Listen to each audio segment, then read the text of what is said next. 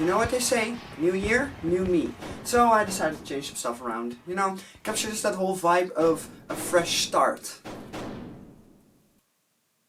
So, 2023. Since I started this channel, I look back at the previous year of Nintendo. I did it in 2021, I did it in 2022, and we're doing it again this year.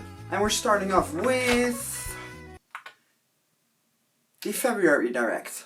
Okay, I haven't seen a second of gameplay from Fire Emblem Engage outside of trailers.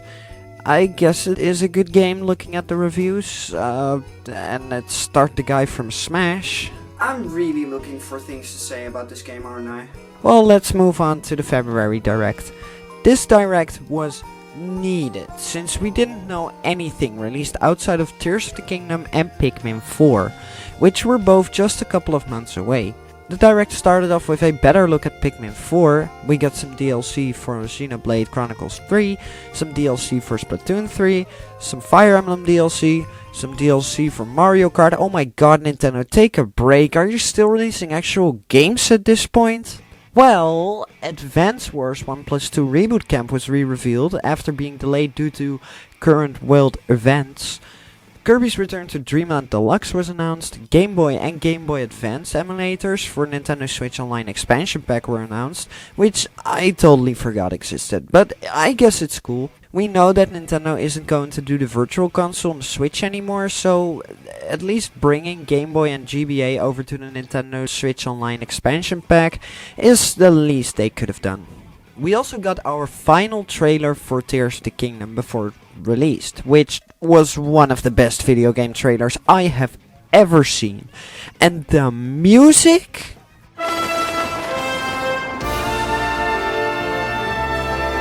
But we also got Metroid Prime Remastered announced and was released on the eShop that same day, with a physical copy releasing later that month. This was a smart move to make people buy and play the game right when the Direct was over.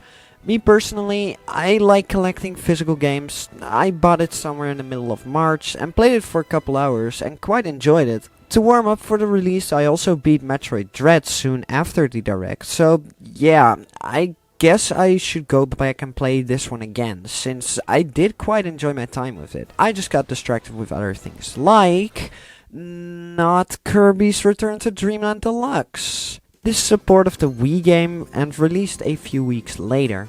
I don't have much to say here, I didn't pick it up, but it's cool that they at least pour effort into remaking it. Fast forward to April and the Super Mario Bros. Movie released.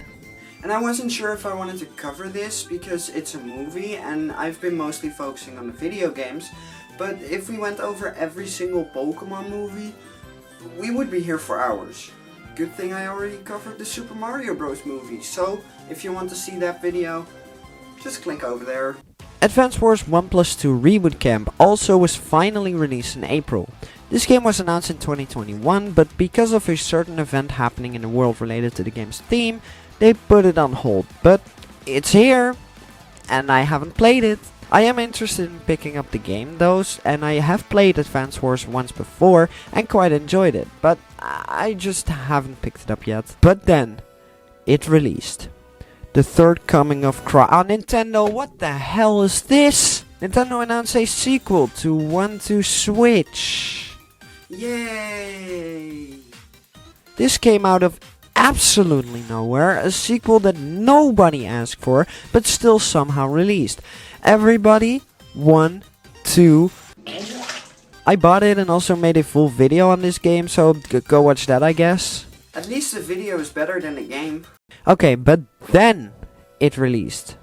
The third coming of Christ.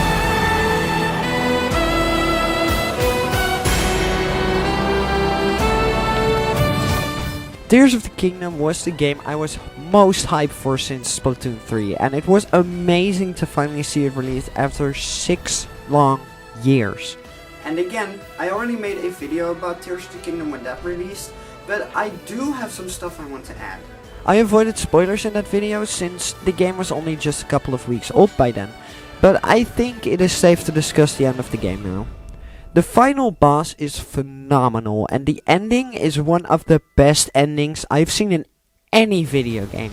It is sort of lame that Zelda returns to human form after the demon dragon was slain. Like, come on Rauru, couldn't you have done this earlier?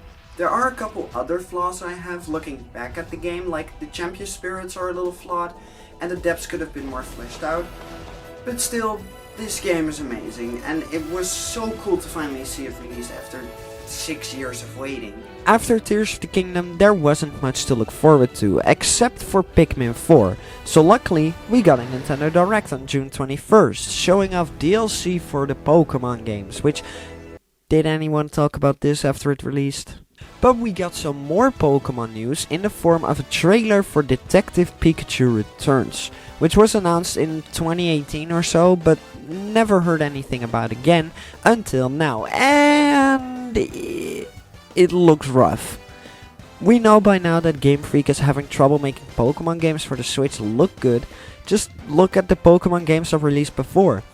But I would have expected by now that Game Freak just accepted the fact that they can't make Pokemon games look good on the Switch and ask another developer to help out. But nope, they still released these 3DS looking games. Super Mario RPG was announced, which is cool I guess. I wasn't as excited about this as a lot of other people, but I was just happy that the game was finally becoming available in Europe, since the original on the Super Nintendo never came out over here. We also got announcements for a new Princess Peach game coming in 2024, and Luigi's Mansion 2 HD, which, holy crap! Luigi's Mansion 2 is by far my favorite Luigi's Mansion game. I just have so much nostalgia for this game, and I've been wanting to replay it for the last year or so, but since the announcement I decided that I'm just going to wait for the remake to come out. We also got our last bit of news on Pikmin 4, WarioWare Move It was announced, and the biggest announcement of them all, after 10 years, we got a new Super Mario Bros. Game. Which wasn't a new Super Mario Bros. Game. It was titled Super Mario Bros. Wonder, and the trailer showed off some pretty insane stuff, showing off flowers that, when touched, would straight up send you into a drug trip, which weirdly enough wasn't the first time. And we got another shadow drop after this direct, this time for Pikmin 1+2.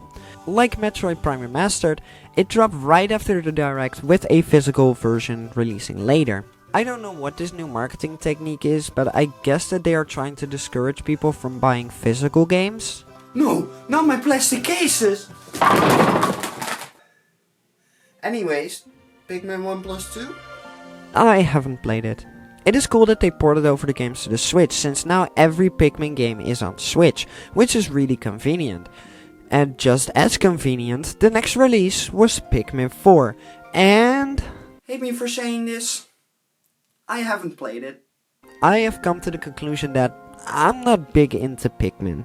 Don't get me wrong, I love the series, and I have even finished Pikmin 3 Deluxe on the Switch, but I don't know, I don't really feel the need to play the rest of the games. I played the demo of 4, but I just didn't really get into it.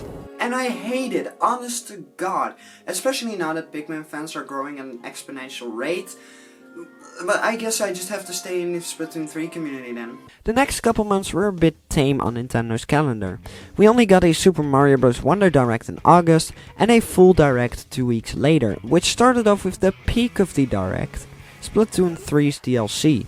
Wave 2 of the DLC pack finally got its first trailer, and it's titled Side Order. It looks to be an infinitely replayable roguelike side mode, which sounds a lot of fun. I already have 700 hours in this game, 700 hours more wouldn't hurt, right? A Mario vs. Donkey Kong remake was announced, which I completely forgot about. Super Mario RPG, Princess Peach Showtime, and Luigi's Mansion 2 HD cut trailers, and they all looked freaky solid. Some amiibo figures were announced for Tears of the Kingdom, and after that, we got probably the biggest fuck you in any direct ever. F-Zero 99. Imagine you have this franchise that is laid dormant for 20 years, from which the community desperately wants a new game, and you reveal a Tetris 99 game about it. Just think about how big a middle finger that was to F-Zero fans. Don't get me wrong, the game can be a lot of fun, but Nintendo is just using the F-Zero name to say, yeah, we do something with our franchises. Woo! Then there are WarioWare Move It and Paper Mario The 1000 Year Door. Like I give a fuck. Okay, 1000 Year Door I'm pretty stoked for, since this is supposedly the best Paper Mario game, but I haven't played any Paper Mario game for that matter, so my standards are low. We got Detective Pikachu in October, but was completely overshadowed by the release of Super Mario Bros. Wonder a couple of weeks later. I plan to discuss this game in a similar way I did the Tears of the Kingdom, so for a quick summary, the first Super Mario Bros. Game in 10 years. It's still crazy we went a full decade without a new 2D Mario game, but I guess that's just the timeline we live in. And that wasn't even all the Mario we got this year, since the next and final release of the year was Super Mario RPG, a remake of the SNES game, oddly removing the subtitle The Legend of the Seven Stars. And will you hate me if I chose for the Splatoon amiibo to release the same day? I mean, look at this. The Big Man amiibo is just so big, man. Best choice I made all year. Now I left out a couple games, WarioWare Move It and Mario vs Donkey Kong in particular, but for those games I literally haven't heard anything about them after they released, so yeah, they also came out this year. Nintendo's releases this year were great. We saw a new 3D Zelda game, a return to 2D Mario, and a couple of other great games. Heading into 2024, it definitely looks like the end of the Switch. The only thing releasing next year that we know of that isn't a remake is Princess Peach Showtime. So yeah, I definitely hope that Nintendo is dropping their annual February Direct soon to see what Nintendo is cooking for this year. But with that, thank you for watching, and I'll see you next time.